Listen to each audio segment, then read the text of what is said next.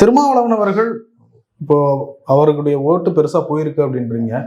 But வழக்கமா அவர் அடையிற தோல்வி தான் அடைஞ்சிருக்காரு. 2 சீட்டு 2 எம்எல்ஏ வந்திருக்கு. போன தடவை 4, இந்த தடவை 2. போன தடவை 4 வாங்கினதை விட இந்த தடவை 2 வாங்கினது மிகப்பெரிய தோல்வி. ஏன்னா வாக்கு வங்கி வெளியேறி இருக்கு.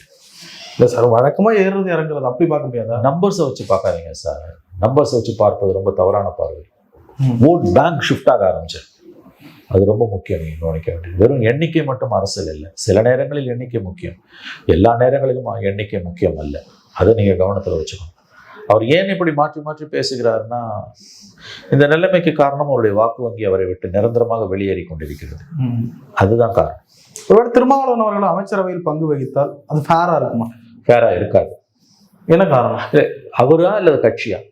திருமாவளவன் அவருடைய கட்சி அது அவங்க எடுக்க வேண்டிய முடிவு. இன்ஃபேக்ட் இந்த கவர்மெண்ட்டுக்கு ஒரு ஸ்டெபிலிட்டி வேணும்னா விசிகா அமைச்சரவைக்குள்ளே போகணும். ஏன்னா வெளியிலேருந்து ஆதரவு கொடுப்பவர்களால் என்றைக்குமே ஆட்சியாளர்களுக்கு தலைவலி தான். ஒரு அரசுக்கு அவர்களுக்கு தனி மெஜாரிட்டி இல்லை என்றால் வெளியிலிருந்து ஆதரிப்பது என்பது தற்கொலைக்கு சமமானது. வெளியிலிருந்து ஆதரிப்பது என்பது ஒரு பெரிய ஆபத்து. அது தலைமையில தொங்குற கத்தி. எப்போ ஆதரவு வாபஸ் வாங்குவாங்க தெரியாது. அமைச்சரவைக்குள்ளே இருந்தால் வாபஸ் வாங்குவதற்கு வாய்ப்பு குறைவு. அமைச்சரவைக்கான ஸ்திரத்தன்மை என்பது வெளியிலிருந்து ஆதரிப்பவர்கள் உள்ளே போவதால் தான் நடக்கும். அது வெளியிலிருந்து ஆதரிப்பது என்பது எப்பயுமே ரொம்ப ரொம்ப ரொம்ப ஒரு ஆபத்தான ஒரு விளையாட்டு.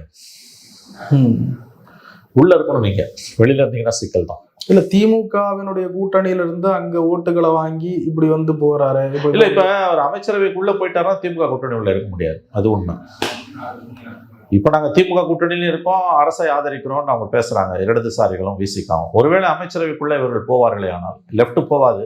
விசிகாவுக்கு அந்த ஆசை இன்னமும் இருக்கிறது. எனக்கு தெரிஞ்சு அவங்க சபை உள்ள போனாங்கன்னா இந்த அரசுக்கு ஒரு ஸ்திரத்தன்மை கிடைக்கும்.